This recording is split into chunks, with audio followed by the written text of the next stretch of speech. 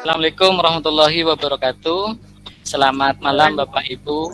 Saya ucapkan terima kasih atas kehadirannya di forum berbagi ini. Semoga apa yang kita pelajari hari ini bisa bermanfaat untuk anak didik kita. Baik, di sini saya ada tugas dari guru penggerak, yaitu mengimbaskan materi tentang pemahaman dan penerapan budaya positif. Di sini agendanya yaitu pertama pembukaan, yang kedua paparan materi, yang ketiga tanya jawab, dan yang keempat ini pembukaan. Marilah kita buka forum berbagi ini dengan bacaan basmalah bersama-sama. Bismillahirrahmanirrahim. Untuk rekaman sudah? Sudah. Baik, untuk sebelum kita mulai materi ke inti, Bapak Ibu saya ajak untuk ice breaking dulu biar agar lebih semangat belajarnya. Di sini ice breakingnya yaitu tentang apa, Bapak Ibu? Menemukan gambar yang tersembunyi. Ini menurut Bapak Ibu kira-kira gambar ini gambar rusa ya, Bapak Ibu ya? Ya. Gambar ada berapa ini ya? Ada yang bisa coba? Ada dua. Ada dua, satu kecil, satu besar. Ya, satu kecil. Ada tiga semuanya. Ada tiga. Ada lagi. Mari. Itu kelihatan ya Bapak Ibu ya gambar rusanya atau kijang ya? Yang kelihatan satu. Ada ya? Yang dua. Ya. Itu sama-sama ya. Tiga. Ini ada ya. Tiga. Empat.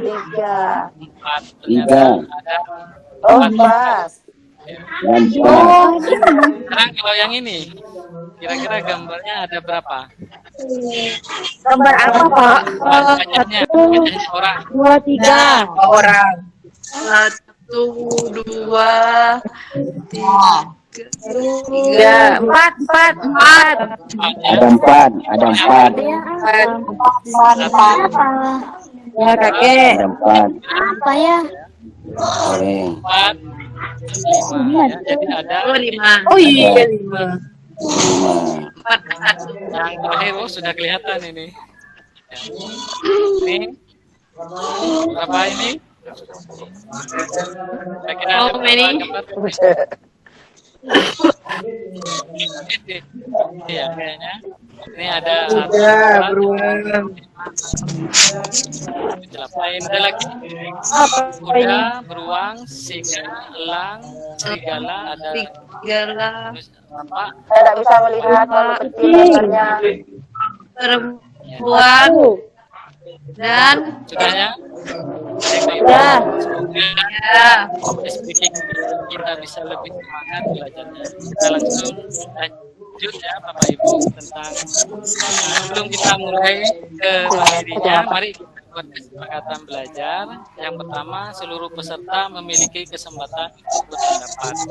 Kemudian yang kedua, berpikiran terbuka dan saling menghormati. 3, jika ada satu peserta berbicara, maka peserta yang lain mendengarkan. 4, berpendapat setelah dipersilahkan. 5, berpartisipasi penuh dan mengikuti sesi kelas dengan perasaan gembira. Kira-kira sepakat ya Bapak Ibu? Sepakat. Terima kasih. Mungkin kalau ada yang menambahkan, tidak apa-apa, silahkan.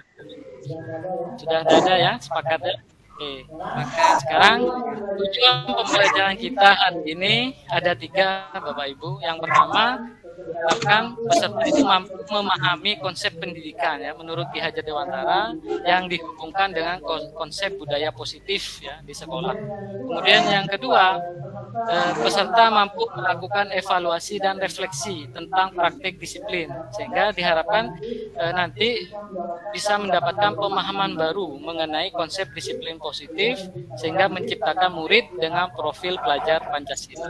Dan yang ketiga, diharapkan peserta didik bisa memahami peran sebagai guru untuk membangun ya positif. Nah, di sini materi yang akan kita bahas, yang pertama disiplin positif dan nilai kebajikan, yang kedua teori motivasi, hukuman dan penghargaan dan restitusi, yang ketiga keyakinan kelas, keempat kebutuhan dasar, dan yang kelima restitusi. Bapak Ibu, ini ada pertanyaan pemantik. Ini ada 3. Yang pertama, hukuman dapat mendisiplinkan anak. Yang kedua, pemberian hukuman dengan hal positif seperti membaca atau membersihkan halaman sekolah dapat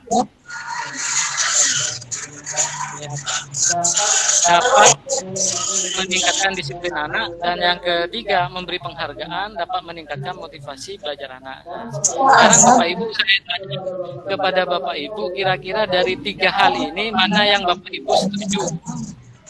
Kalau saya setuju. Kalau yang ketiga itu kok penghargaan, Pak Fiza? Memberikan penghargaan dapat meningkatkan motivasi belajar anak. Maksudnya gini, jadi kita belajarnya rajin, akan memberikan hadiah, misalnya gitu ya. Belajar nilainya tinggi akan mendapatkan hadiah, seperti itu maksudnya. Kalau yang ini kan hukuman, misalkan tidak ngerjakan PR langsung disuruh menulis atau suruh dari lapangan. Itu yang nomor 1. Yang nomor 2, tetap memberikan hukuman tetapi yang positif, seperti misalnya disuruh membaca atau memberikan halaman sekolah. Kira-kira Bapak Ibu setuju yang mana? Kalau saya setuju yang nomor 3, Pak Finsa. 3. Kenapa Bu kira-kira? Jelas anak itu akan dengan adanya reward atau penghargaan kepada siswa itu jelas akan memotivasi bagi anak itu sendiri, dan siswa yang lain itu akan tertarik juga, Pak Finsa. Aduh, kok teman saya dapat penghargaan ya, saya akan mencoba dah seperti dia. Nah, akan tertarik juga, Pak Finsa. Jadi saya tidak melihat kesalahan anak dulu, tapi dari mereka yang positif itu akan menarik siswa temannya yang lain untuk berbuat positif juga gitu. Ada lagi barangkali ada yang setuju yang mana dari 3 hal ini? Saya Pak Binsa. Ya, silakan. Setuju yang nomor 2, Pak Binsa. Setuju yang nomor 2. Ya, kira-kira rasanya. Jangan kita memang kalau buka Google kan memang keluar, Pak. Orang Ya, baik. Kita akan mendiskusikan apakah hukuman yang memberikan hal yang positif ataupun penghargaan itu akan membuat siswa itu disiplin. Ya. Kita lihat. Jadi saya hargai pendapat Bapak Ibu. Nanti kita akan paham apakah tindakan kita selama ini misalkan memberikan penghargaan ataupun memberikan hukuman, misalkan suruh membaca atau suruh membersihkan kelas, itu apakah sesuai dengan kita pelajari tentang disiplin. Sekarang kita lanjut dulu ke slide berikutnya, yaitu mari kita ubah paradigma kita. Misalkan di sini ada di slide ini Bapak Ibu diberikan kertas, kemudian Bapak Ibu diminta untuk menuliskan kata-kata sesuatu yang berharga. Kemudian setelah ditulis kata-kata yang berharga itu digenggam di dalam tangannya. Kira-kira Bapak Ibu, misalkan ada temannya, Bapak Ibu meminta barang berharga yang Bapak Ibu itu genggam, kira-kira mau dikasih atau enggak? Yang berpendapat kira-kira mau dikasih apa enggak? Kira-kira Bapak Ibu, barang berharga kita yang kita genggam itu mau dilepas enggak? Ya, Bapak Ibu. Saya Pak Bunda. Ya, Bu, itu tulisan berharga atau benda berharga? Saya tanya dulu. Ya, benda atau sesuatu berharga, Bu. Pokoknya sesuatu yang kita sayangi. Bisa gitu. Bisa benda kita, benda-benda yang ada di apa. Kira-kira diberikan enggak kalau diminta oleh teman kita? Oke. saya milih yang memberikan, Mbak Firsa, karena benda berharga itu akan lebih baik dan bermanfaat ke orang lain jika benda berharga itu juga bisa bermanfaat juga ke orang yang lain atau yang membutuhkan. Nah, itu dari segi ini sosialnya. Nah, dari segi pahalanya pun juga gitu. Kalau dilihat dari segi pahala, kita memberikan sesuatu itu bukan kita memberikan yang jelek ke orang lain, tapi kita memberikan yang paling kita anggap bagus. Sehingga kita menganggap orang lain itu juga sama dengan kita. Jadi bukan berarti kalau kita mau memberi ke orang lain itu cari yang paling kecil atau yang paling jelek, bukan. Tapi juga yang bagus, yang menurut kita bagus untuk kita juga bagus untuk orang lain gitu, Pak. Ya, baik.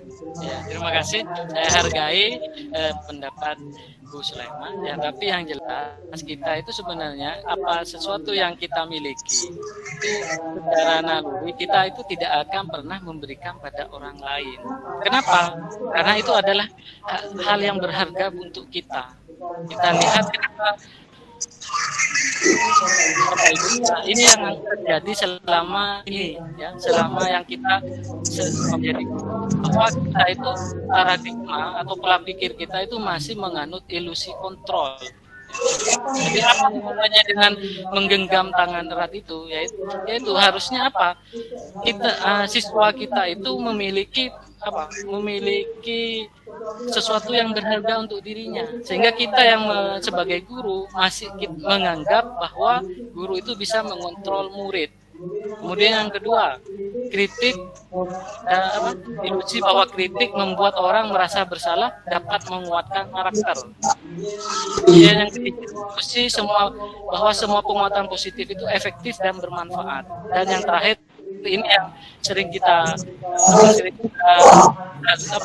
terapkan, yaitu orang dewasa itu memiliki hak untuk memaksa atau guru punya hak untuk memaksa. Padahal itu adalah menurut teori kontrol itu adalah ilusi kontrol. Jadi mari kita pola pikir kita, paradigma kita itu berubah.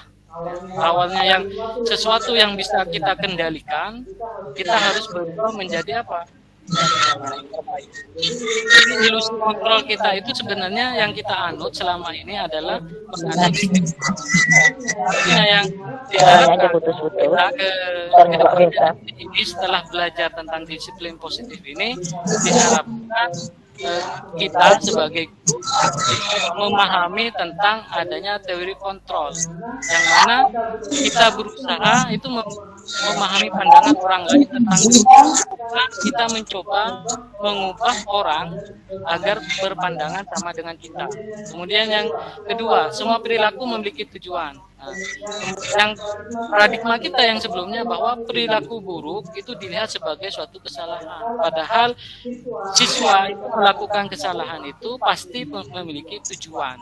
Kemudian yang ketiga, hanya Anda yang bisa mengontrol diri Anda sendiri, bukan orang lain. Anda tidak bisa mengontrol orang lain, ya.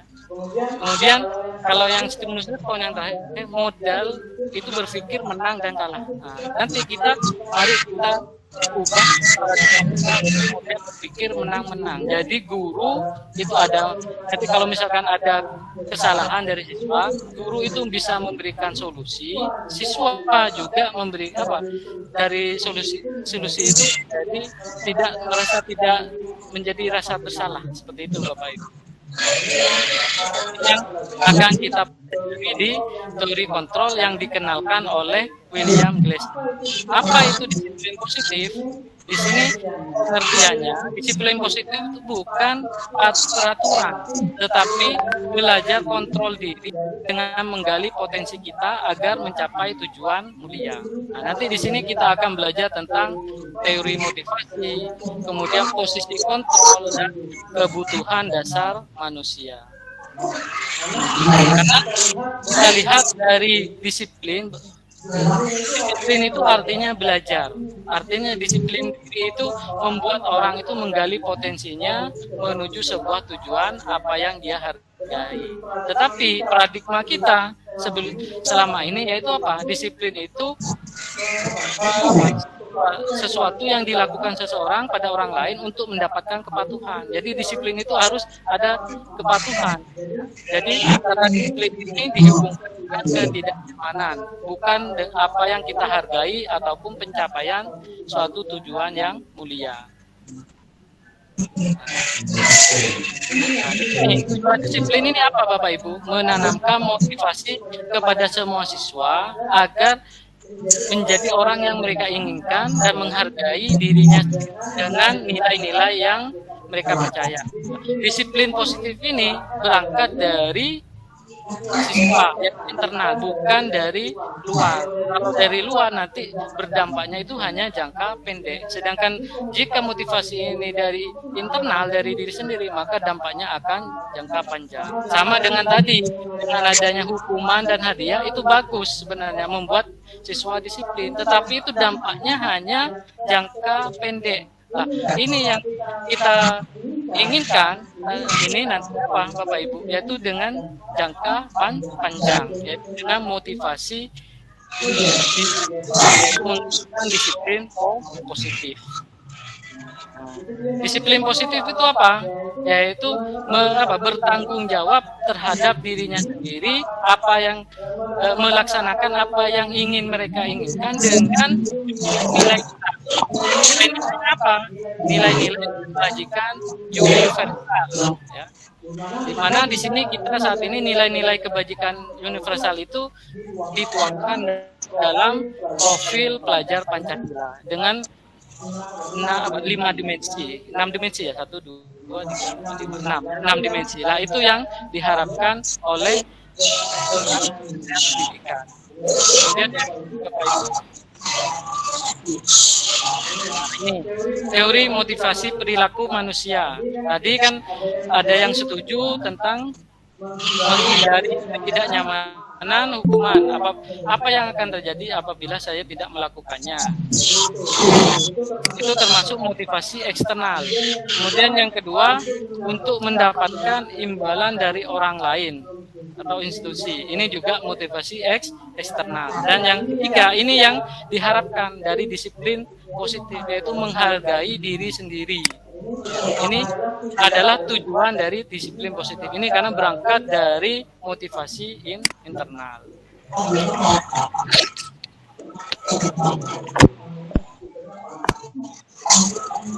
Nah, menurut Ki Hajar Dewantara, merdeka itu apa? Yaitu tidak hanya terlepas dari perintah, ya, Bapak Ibu. Jadi bukan dijajah orang lain, bukan disuruh orang lain, tetapi yang dimaksud merdeka ini adalah dia cakap membuat perintah dirinya sendiri. Ya. Dia bertanggung jawab pada dirinya sendiri, sehingga apa yang diyakini, nilai-nilai kebajikan itu dia laksanakan. Itu yang disebut dengan disiplin positif. Bukan dari peraturan. Ya.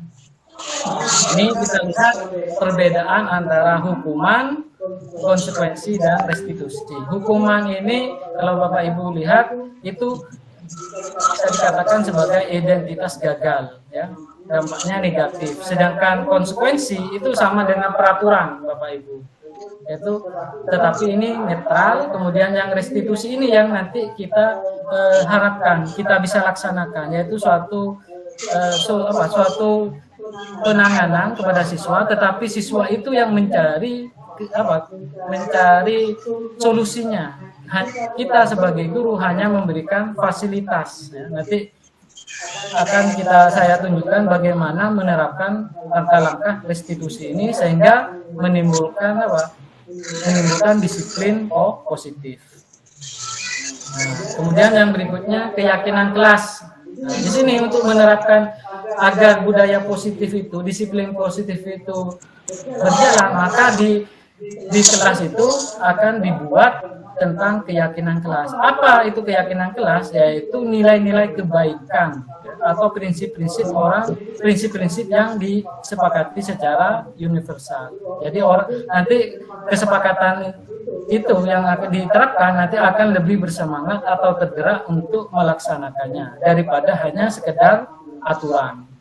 Nih Bapak Ibu, biar tidak bosan, tidak satu arah, saya tanya, kira-kira dari dua hal ini mana yang termasuk keyakinan kelas, Bapak Ibu. Yang pertama ini ada ABC, kemudian yang sebelah kanan juga ada. Kira-kira dari yang kanan sama yang kiri, yang mana? Yang termasuk keyakinan kelas. Misalkan kelas yang ini A, kesepakatan kelas A dan kesepakatan kelas yang B ini. Menurut Bapak Ibu mana yang termasuk keyakinan kelas? Bisa dibacakan Pak Vinsa, terlalu kecil. Terlalu kecil ya? Untuk bisa tolong dibacakan. Kelihatan ya? Nah, di sini yang pertama, murid sepakat saling mendengarkan antara murid dan guru. Murid aktif dalam belajar. Yang ketiga, murid saling membantu jika ada yang mengalami kesulitan.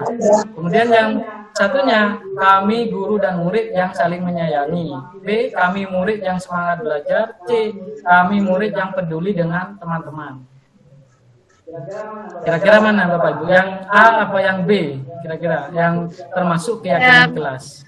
B, yang B. Yang menggunakan kami, yang kami. Nah, yang B ya Bapak Ibu, karena tadi kan sudah dijelaskan bahwa kesepakatan kelas itu adalah nilai-nilai. Jadi ini hasil kesepakatan kelas yang sudah dibuat oleh siswa dengan guru, memang agar dia mempunyai nilai keyakinan, maka yang A ini diubah kalimatnya kami guru dan murid yang saling menyayangi. Kemudian di saling menyayangi ini digaris diberi warna, itu menunjukkan bahwa itu nilai kebajikan yang ingin diterapkan. Seperti itu Bapak Ibu. Yang B juga sama, kami murid yang semangat belajar. Jadi semangat ini adalah nilai keyakinannya. Kemudian yang terakhir C, kami murid yang peduli dengan teman-teman. Jadi peduli ini merupakan nilai keyakinannya. Dengan adanya kesepakatan antara guru dan murid, diharapkan nanti siswa akan melaksanakan apa yang diyakininya. Sehingga akan memunculkan budaya positif. Kemudian ini ada tentang kebutuhan dasar manusia. Kebutuhan dasar manusia ini ada 5 hal. Yang pertama bertahan hidup, kemudian kesenangan, kasih sayang, penguasaan dan kebebasan. Ini ada kasus, kira-kira menurut Bapak Ibu, kebutuhan apa yang harus terpenuhi? Seorang anak TK selalu lari keluar kelas menuju jalan raya di depan sekolahnya yang ramai dengan kendaraan. Tingkahnya membuat gurunya bingung dan seringkali lari. Kira-kira menurut Bapak Ibu, kebutuhan apa yang harus terpenuhi? Tadi kan ada 5, kebutuhan bertahan hidup, kesenangan, kasih sayang, penguasaan, dan kebebasan. 5 kebutuhan dasar ini kira-kira kalau ada masalah seperti ini, kira-kira ini termasuk kebutuhan apa yang harus terpenuhi? Kebebasan, Pak Vinsa. Kasih sayang, kebebasan. Kebebasan dalam artian yang terpantau. Kasih sayang. Kebebasan. Baik. Ada lagi selain kebebasan? Kasih sayang. Kasih sayang. Berarti yang mana yang benar kira-kira ini? Ini kalau kita belajar tentang kebutuhan dasar manusia, tergantung jawaban anaknya, Bapak Ibu. Jadi kalau misalkan siswanya itu menjawab, aku senang main kejar-kejaran dengan ibu guru, seru. Kira-kira ini kebutuhan apa? Kasih sayang. Kasih sayang, kesenangan ini ya. Kesenangan. Ya. Kemudian ibu kejar aku karena ibu guru sayang aku. Ini kebutuhan kasih sayang. Dia hebat kan, bisa bikin ibu guru kejar aku. Ini apa? Kebutuhan penguasaan. Dan aku bosan belajar mewarnai terus di dalam kelas. Ini kebutuhan kebebasan. Ya, Kebebasan. Ya, jadi kita nanti bisa mengidentifikasi anak didik kita itu apakah kebutuhan dasarnya apa. Sehingga nanti pada saat kebutuhan dasarnya terpenuhi, maka disiplin positifnya itu akan ini 5 posisi kontrol ya Bapak Ibu. Ada kita sebagai guru kira-kira ada di posisi mana? Apakah sebagai penghukum, membuat orang merasa bersalah, teman, pemantau, atau manajer? Ini kira-kira saya kecewa sekali dengan kamu. Kira pernyataan ini kira-kira termasuk posisi kontrol apa? Apakah menghukum, membuat rasa masalah, teman? Kira-kira yang mana? Penghukum. Ya, jadi saya kecewa sekali dengan kamu. Jadi Bapak Ibu, jika kalimat seperti ini, ya, membuat pernyataan seperti ini, maka kita posisi kontrol kita yaitu sebagai pembuat orang merasa bersalah. Ya. Kemudian yang ini, kamu tidak pernah benar-benar melakukannya. Ini termasuk apa? Penghukum. Ayolah lakukan demi ibu bapak. Ini kira-kira apa Bapak Ibu? Teman. Ya. Kemudian apakah kamu mau mendapatkan stiker bintang hari ini? Ini termasuk pemantau. Dan yang terakhir, bagaimana kamu bisa menyelesaikan masalah ini? Ini manajer. Nah, ini yang diharapkan oleh disiplin positif. Kita sebagai guru harus bisa bertindak sebagai manajer. Ya. Ini posisi kontrolnya yang akan kita yang sering kita gunakan untuk siswa kita jika melakukan kesalahan. Jadi nanti Bapak Ibu bisa evaluasi diri ya. Kita sebagai guru bisa mengevaluasi diri kita. Kira-kira kita itu selama jadi guru, misalnya menghadapi siswa yang melanggar, kira-kira kita posisi kontrol kita ada di mana? Apa sebagai penghukum, pembuat bersalah, teman, monitor, pemantau ataupun manajer. Dan yang paling penting adalah posisi manajer ya Bapak Ibu. Ya. Di antara kedua Ini manajer ini, gimana cara menerapkan manajer ini? Yaitu dengan menggunakan restitusi. Apa itu restitusi? Yaitu proses menciptakan kondisi bagi murid untuk memperbaiki kesalahan mereka, sehingga mereka bisa kembali pada kelompok mereka dengan karakter yang lebih kuat. Jadi pada saat kita memberikan istilahnya pembinaan, siswa kita itu pada saat melakukan kesalahan tidak merasa down, ya. Tetapi mereka dengan pembinaan kita itu, mereka pada saat dikembangkan kelompoknya dengan komunitasnya, mereka malah lebih kuat, karakternya yang lebih kuat, yaitu hal yang positif, yaitu nilai-nilai kebajikannya, seperti itu. Ini adalah ciri-ciri restitusi yang ingin saya garis bawahi, bahwa restitusi itu apa? Pertama, belajar dari kesalahan.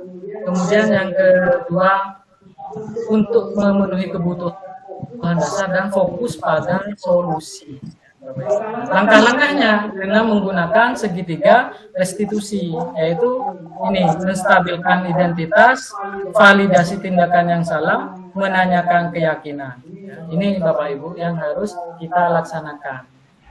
Contohnya saya akan tunjukkan segitiga restitusi itu seperti apa.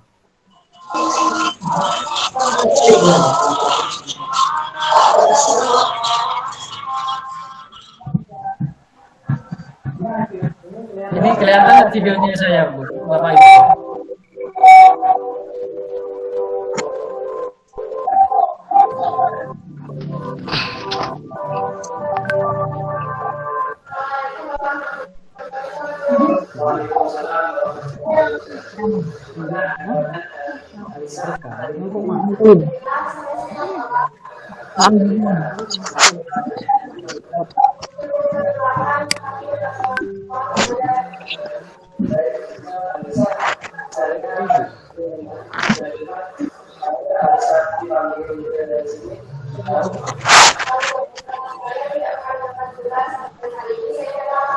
Baiklah, Bapak di sini bukan untuk mencari siapa yang salah, tapi untuk mencari penyelesaian bersama untuk memperbaiki situasi ini.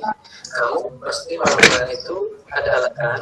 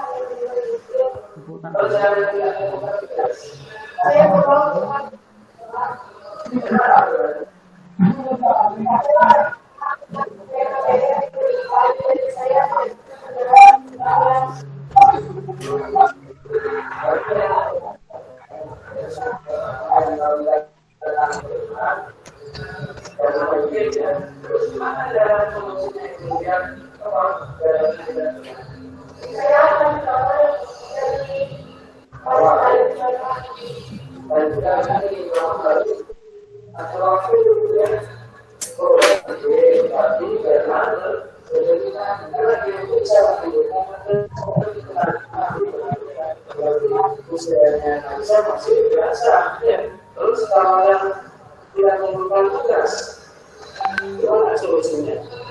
Saya akan belajar dari sana, dari bimbing akan bertanya kepada teman saya, dan saya tidak mengerti soal dari matematika.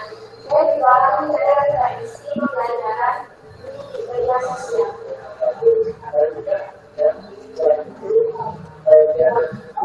Ada sasaran, ada ini, dari rumah, ada nongkrong, ya. Kalau tes, kalau belajar di itu, kalau sekarang ya, kalau sudah namanya sudah bisa jadi itu cara-cara kalau belum terjangkau, kita juga kelas ya, kedua, pada kelas ya, kira-kira dari keyakinan dosen sepakati dua hal yang bisa lakukan ini kira-kira keyakinan apa yang belum bisa. Saya kurang lagi, saya tidak pernah menjawab Bapak. Ya, betul ya. Terus mana ada dia bisa melaksanakan kegiatan yang sekarang berapa? Selama itu masih dalam tugas, apa lebih bertanggung jawab untuk kalian? Ya, harus ada hubungan ya, dalam hubungan ya. Hubungannya apa?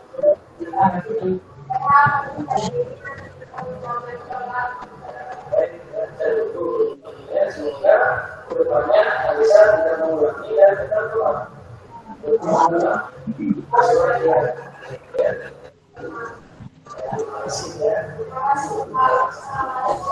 Assalamualaikum warahmatullahi wabarakatuh. Saya Anja Paramita dari Kesenangan. Awalnya saya mengira Bapak Pimpinan akan marah karena saya datang terlambat dan tidak mendapatkan pendidikan. Namun ternyata Pak Bunda memberikan saya bimbingan dan nasihat. Terima kasih Pak Bunda. Saya akan memperbaiki diri saya lagi dan akan menjadi pribadi yang lebih baik. Terima kasih. Assalamualaikum warahmatullahi wabarakatuh.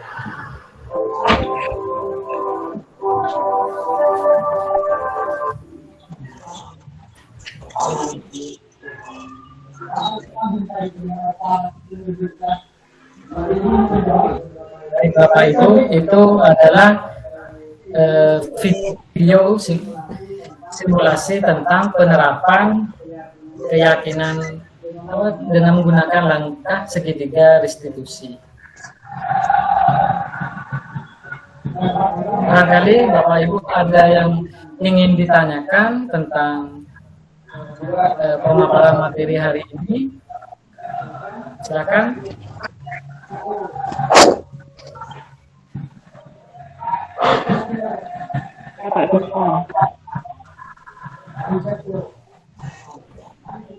Silakan, ada yang mau ditanyakan Bapak Ibu?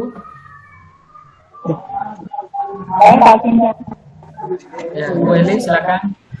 Ada Bapak. Bagaimana membuat kita disiplin dari kesadaran sendiri pada realitanya sulit dilakukan. Baik, terima kasih atas pertanyaannya. Saya akan jawab ya. Jadi yang jelas memang untuk menerapkan disiplin itu tidak sekedar balikan tangan ya, tidak hanya sekedar kita membaca kemudian kita terapkan. Memang kita harus paham dulu bahwa disiplin diri atau disiplin positif itu merupakan suatu proses ya Bapak Ibu, di mana proses menerapkan nilai-nilai kebajikan, yang mana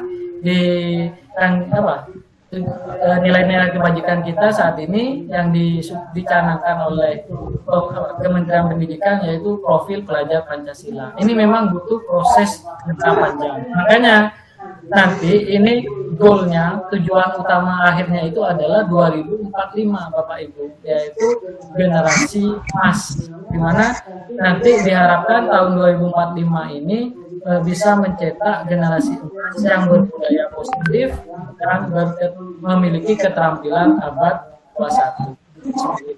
Jadi mari kita jangan berputus asa, kita melaksanakan disiplin positif kita ini agar nantinya emang hasilnya tidak bisa kita ambil saat ini, kita bisa ambil nanti 5 tahun ke depan. Seperti itu keberhasilan anak didik kita. Itu saja. Mana berarti barangkali ada yang ingin ditanggapi? Ya. Saya mau bertanya. Terima kasih. Ada lagi yang lain? Saya Bu Firda ya, silakan Bu Firda. Ya. Pertanyaan saya, apa restitusi itu harus urut? Tadi kan sudah dijelaskan bahwa segitiga restitusi itu ada 3 ya Bapak Ibu. Nanti ini saya tampilkan lagi. Ya Bapak.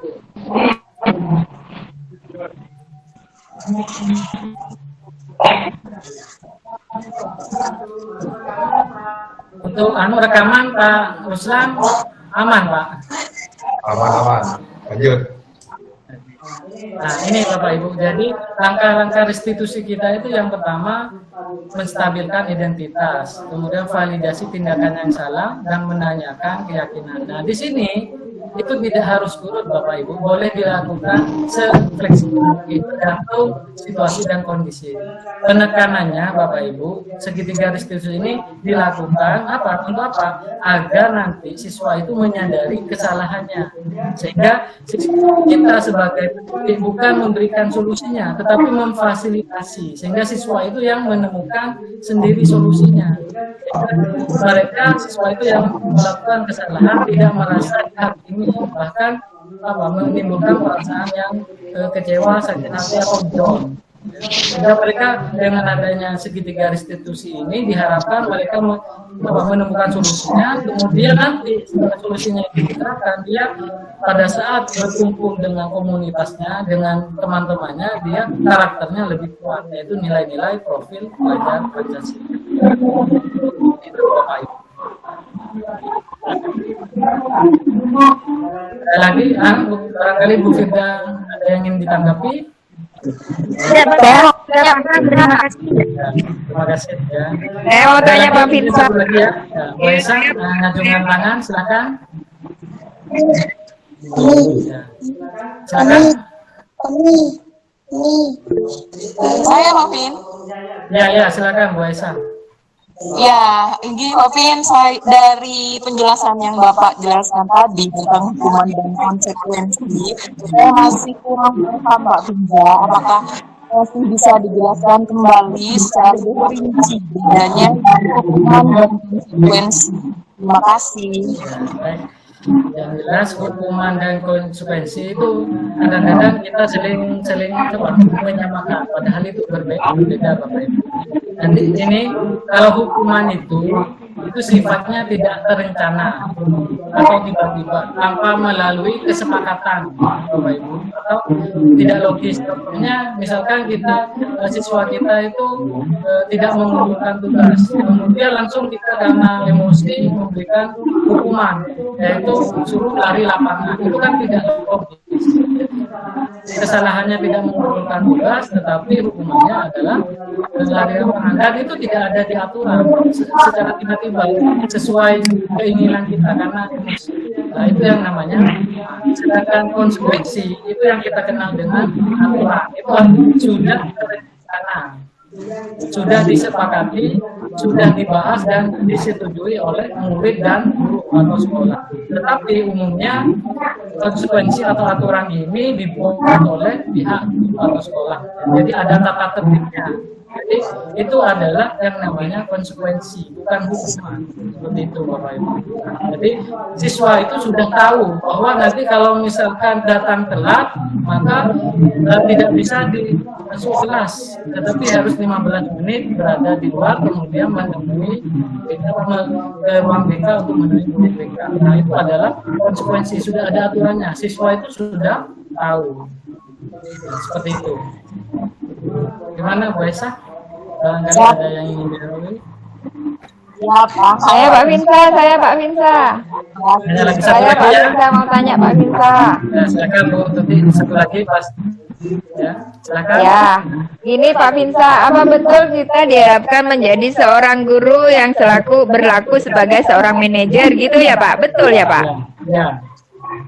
Ah, bagaimanakah agar trik dan tipsnya agar kita bisa memposisikan diri kita terhadap anak didik kita menjadi seorang manajer gitu Pak? Bagaimana tips dan trik supaya kita jadi nantinya menjadi orang manajer terhadap anak didik kita?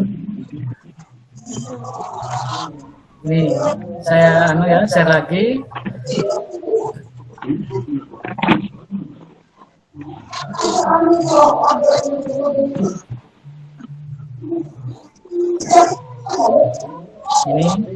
jadi kita kalau ingin menerapkan posisi kita sebagai manajer, ya itu apa Bapak Ibu? Yang pertama seperti ini.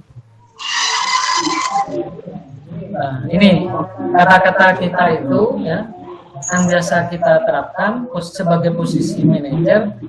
Misalkan apa yang kita yakini, ya. Apa jika kamu meyakininya, apakah kamu bersedia memperbaikinya? Jika kamu memperbaikinya, hal ini menunjukkan apa tentang dirimu? Apa rencanamu untuk memperbaikinya? Atau yang jelas Bapak Bu Tuti, untuk menerapkan manajer itu adalah apa? Menerapkan ini.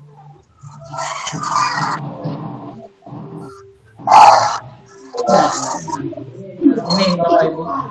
Jadi kita hasilnya itu tujuan dari manajer itu menguatkan pribadi anak didik. Yang paling efektif katanya di buku Disiplin Positif ini menggunakan segitiga restitusi ini. Yang tadi yang sudah saya dibuat video. Pertama, menstabilkan identitas. Nanti pada saat siswa itu melakukan kesalahan, kita memposisikan manajer itu gimana? Yaitu tidak langsung menghukumi siswa, karena kita harus punya harus tahu apakah karena di teori kontrol siswa itu melakukan sesuatu itu bukan kesalahan, tetapi dia memenuhi kebutuhannya. Cuma kebutuhannya kadang-kadang sesuai dengan nilai-nilai kebajikan. Makanya di sini menstabilkan identitas ini tidak menghukum, tidak membuat siswa itu down, tetapi dia dikuatkan, kemudian diberikan penguatan dengan hal-hal yang positif. Kemudian validasi tindakan ini siswa itu diberi kesempatan. Dan karena sudah menstabilkan identitasnya, siswa itu kan sudah menyadari kesalahannya. Maka nanti pada saat di validasi tindakan yang salah ini, siswa itu dengan bantuan dari fasilitas guru, siswa itu menemukan sendiri gimana caranya agar kesalahan itu tidak. Setelah menemukan solusinya, baru ditanyakan keyakinannya di kelasnya. Itu kan di setiap kelas idealnya itu sehingga akan melahirkan sebuah keyakinan, nilai-nilai kebajikan yang akan diterapkan, sehingga siswa itu bisa dari langkah-langkah ini, siswa itu bisa di lingkungannya dari lingkungan salah, dari identitas yang gagal menjadi identitas yang berhasil. Jadi ada win-win solution well-being-nya. Jadi gurunya juga merasa mendapatkan hal yang kebaikan, juga siswanya juga mendapatkan kebaikan. Jadi sama-sama berdampak positif. Baik Kak. Berarti intinya kita selaku guru sebagai manajer menguatkan bagi anak didik memperbaiki segala kesalahannya menjadi sesuatu yang benar gitu ya Pak ya. Ya pokoknya kita sebagai guru terus Mempunyai belajar memberikan budaya positif melalui pembiasaan di sekolah. Baik, iya Pak Binsa, baik, terima kasih Pak pencerahannya. Ada lagi Bapak Ibu barangkali ada yang mau ditanyakan karena masih kurang 10 menit ya. Karena minimal 1 jam ini Bapak Ibu.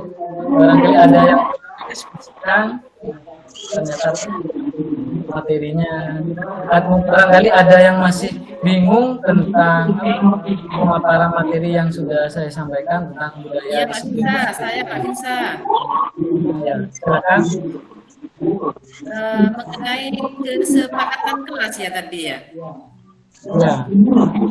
Nah, yang ingin saya tanyakan, kesepakatan kelas itu kita buat kapan sebaiknya kesepakatan kelas itu?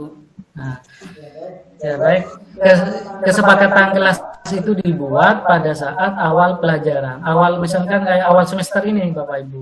Ya, jadi kemarin saya mencoba menerapkan kesepakatan kelas atau nanti keyakinan, saat ini istilahnya berubah, bukan kesepakatan tetapi keyakinan kelas. Ya. Jadi nanti pengalaman saya kemarin di kelas 7D ya. Jadi itu kan siswanya ada 32 siswa. Kemudian saya bagi kelompok 8. Jadi satu kelompok itu ada 4. Nah, kemudian di situ jadi masing-masing 8 kelompok itu kan satu kelompok ada 4. Saya minta membuat keyakinan kelas. Tapi sebelumnya saya menjelaskan apa itu keyakinan kelas, disiplin positif ke siswa, sehingga biar siswa itu paham apa yang harus dibuat. Nah, nanti setelah dibuat kelompok sudah dijelaskan keyakinan kelas, kemudian siswa itu membuat kesepakatan dengan kelompok-kelompoknya, 8 kelompok itu, kemudian saya minta saya berikan post-it, siswa itu suruh tempel. Jadi tempel masing-masing kelompok, kemudian disuruh bacakan apa saja yang diperoleh dari kelompoknya. Ini untuk biar keyakinan kelasnya itu terarah, saya memberikan kata kunci. Ya, misalkan rajin, kemudian yang kedua menghormati, kemudian bersih. Ada 5 hari itu. Jadi saya itu membuat kalimat dari satu kata itu. Tapi kalimatnya itu harus mengandung kata positif. Bukan misalkan dilarang membuang sampah sembarangan. Itu namanya aturan kalau seperti itu. Tapi kalau keyakinan kelas itu membuat kalimat positif dari misalkan membuang sampah pada tempatnya. Nah, itu adalah nanti nilai-nilai keyakinannya. Kenapa? Seperti itu. Bagian dari iman. Ya, bisa. Kebersihan sebagian dari iman. Pokoknya yang bernada positif dan mengandung nilai-nilai kebajikan. Itu yang nanti setelah didiskusikan, akhirnya nanti kan masing-masing kelompok membacakan hasil keyakinan kelasnya. Nanti dari 8 kelompok itu kita sepakati kalimat mana yang akan diambil yang bagus, kemudian dibuat sebuah poster. Nanti poster itu akan ditempel di kelas. Itu yang menjadi keyakinan kelas. Harusnya sekolah kita itu juga menerapkan hal itu. Jadi, jangan hanya di dinding kelas kita itu hanya ada jadwal pelajaran, piket, kebersihan, rujukan. Lah, kita juga harus bisa menambahkan keyakinan kelas itu. Seperti itu.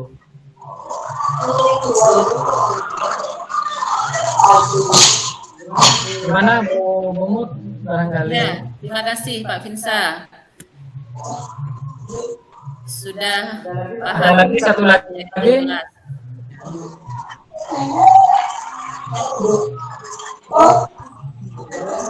Sudah ya Bapak Ibu, ada lagi? Pak Binsa. Baik, untuk banyak lagi Pak Binsa. Sebentar sedikit Pak Binsa.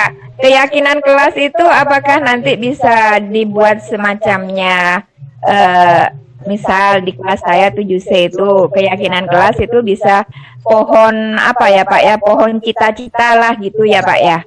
Pohon cita-cita di mana di pohon itu nanti dari cita-cita tiap-tiap anak misalkan absen 1 sampai 32 gitu. Apa bisa seperti itu Pak? Keyakinan kelas apa bisa dinyatakan seperti itu juga? Kalau pohonnya boleh Bu, tapi bukan cita-cita kayak jadi polisi, jadi guru, jadi dokter, bukan itu. Tetapi nilai-nilai kebajikannya itu yang harus ditaruh di situ. Nilai-nilai kebajikan ya Pak ya, berkaitan dengan nilai-nilai kebajikan gitu ya Pak.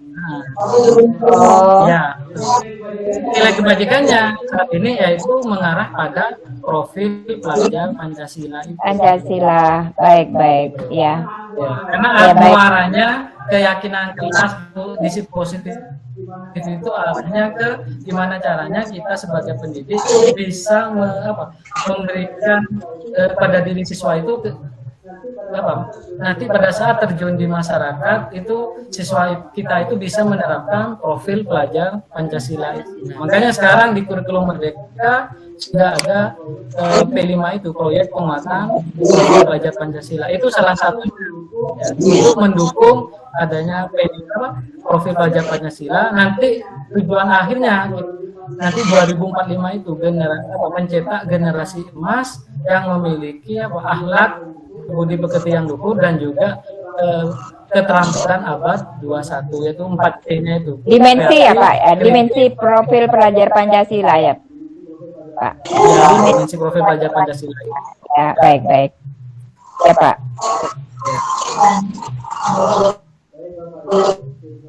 Baik Bapak Ibu, kita lanjutkan untuk sesi ternyata di luar dugaan saya ternyata banyak yang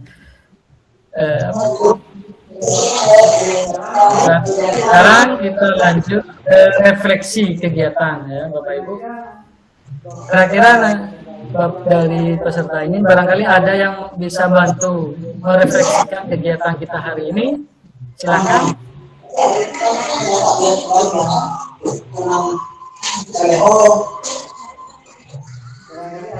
Barangkali ada yang merefleksikan hasil kegiatan kita selama kurang lebih hampir 1 jam ini ya, tentang kegiatan kita ini. Kira-kira ada yang bisa bantu refleksi kegiatan?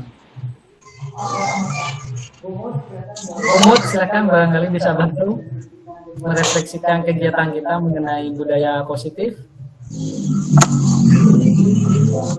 Menurut pemahamannya aja Pak misalnya, silakan.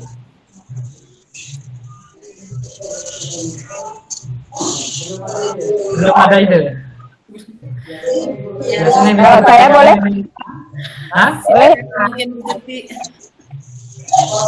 Ini Pak, refleksi saya ya Pak ya, saya selama mengikuti ini, kita refleksi saya sendiri Pak pribadi. Kita selaku guru itu diharapkan siap menjadi seorang manajer terhadap peserta didik kita atau murid kita, di mana nantinya kita bisa membawa anak ke arah restitusi. Maksudnya restitusi di sini bahwa proses bagi murid untuk memperbaiki segala kesalahannya untuk menjadi manusia yang lebih baik lagi gitu. Itu intinya Pak. Menurut saya seperti itu Pak. Kita harus siap menjadi seorang manajer dan bisa membawa anak ke arah restitusi. Maksudnya proses perbaikan diri dia ke arah yang baik lagi. Belajar kesalahannya untuk menjadi pribadi yang lebih baik lagi. Itu menurut saya Pak Vinta. Ya, terima kasih. Ya, jadi kita sebagai guru harus bisa mengubah ya posisi kontrol kita yang sebelumnya kita memposisikan kita sebagai penghukum atau membuat rasa bersalah teman atau pemantau. Dengan belajar disiplin positif ini diharapkan kita bisa memposisikan diri kita sebagai manajer ya, sebagai mitra dengan siswa kita. Jadi kalau misalkan siswa kita berbuat salah, jangan langsung menghakimi ya, tetapi kita memberikan pendampingan ya.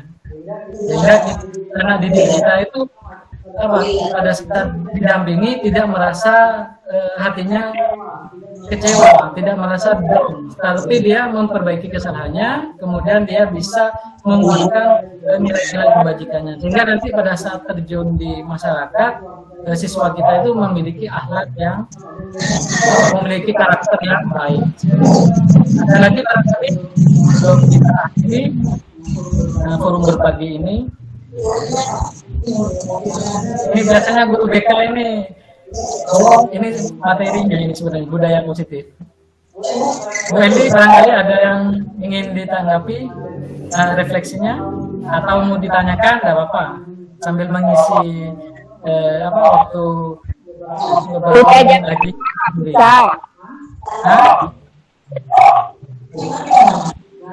Ada.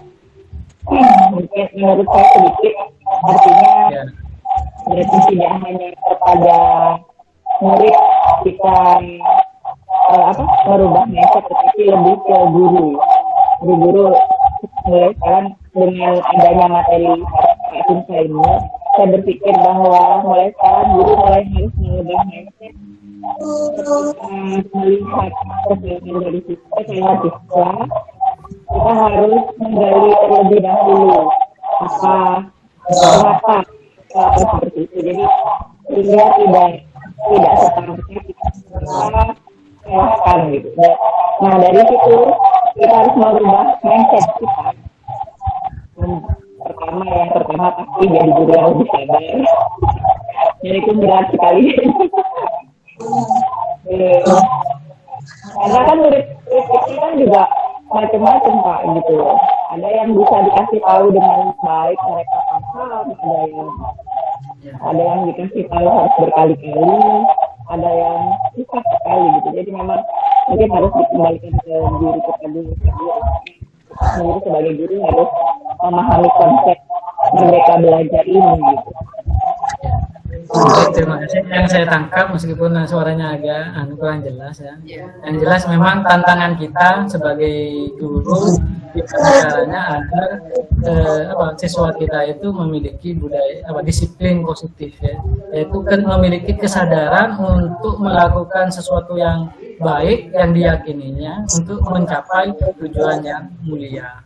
Memang hal seperti itu tidak semudah apa yang kita katakan, tetapi kita tetap harus laksanakan. Kemudian tentunya juga tanpa harus diselingi dengan doa, karena doa itu adalah yang sesuatu yang tidak mungkin menjadi mungkin jika kita berdoa akan dan memberikan pemikiran positif kita. Karena kita memberikan energi yang positif, maka nantinya lingkungan itu akan memantulkan energi yang positif untuk kita sendiri dan lingkungannya. Itu saja. Baik Bapak Ibu, untuk kegiatan berikutnya yaitu penutup ya. Barangkali ada yang ingin memimpin doa. Pak Minul ada. Pak Minul. Ya. Sebelum kita akhiri, marilah kita berdoa ya. Silakan Pak Minul barangkali. Pak Minul Pak, biar lebih afdol. Ya, hari Pak Minul masih ada? Kalau nggak ada Pak Minul, langsung Pak Pinsa pimpin sendiri. Pak Ruslan ada ya? Pak Ruslan mungkin ya? Pak Ruslan. Ya. Silakan Pak untuk memimpin doa. Baiklah Bapak Ibu sekalian, kita sudah mengikuti rangkaian dari webinar budaya positif. Mudah-mudahan dengan kegiatan ini kita akan mendapatkan ilmu yang bermanfaat dan barokah, dan tentunya untuk menciptakan budaya positif itu kita perlu kolaborasi Bapak Ibu, perlu menyatukan visi. Ketika kita bergerak semuanya, insya Allah sekolah kita akan menjadi sekolah yang berbudaya positif dan nantinya akan mencetak generasi emas untuk masa depan bangsa Indonesia. Baik Bapak Ibu, Amin. Kita akhiri, marilah kita berdoa, kita menyatukan hati, menyatukan pikiran, doa kepada Allah SWT agar kita senantiasa mendapatkan perlindungan oleh Allah dan Amin. pada kegiatan di malam ini kita akan mendapatkan ilmu yang bermanfaat dan barokah. Berdoa bisa dimulai.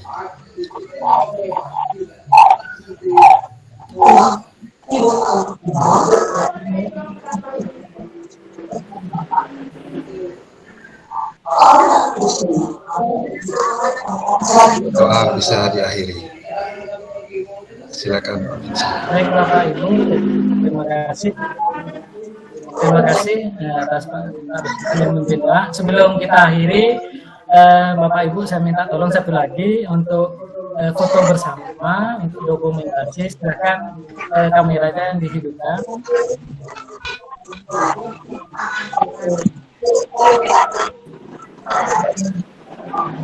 Dan Bapak Ibu, Ini Pak Vincent. kita mulai ya.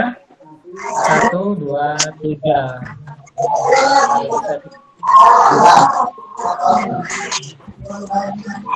Satu lagi ya, gaya bebas Bapak Ibu. Salam literasi ya Bapak Ibu. Gimana salam literasinya? Ini ya. Saya literasi N. Gini. Oke. Oh gini. Terima kasih Bapak Ibu. Baik, saya ucapkan terima kasih. Saya terima kasih banyak atas partisipasinya Bapak Ibu. Saya tidak bisa memberikan apa-apa, cuma saya berdoa semoga apa yang Bapak Ibu luangkan waktunya pada kesempatan ini mendapatkan pahala dan mendapatkan keberuntungan ya. Terima kasih. Amin. Amin. Pak bisa direkam Pak.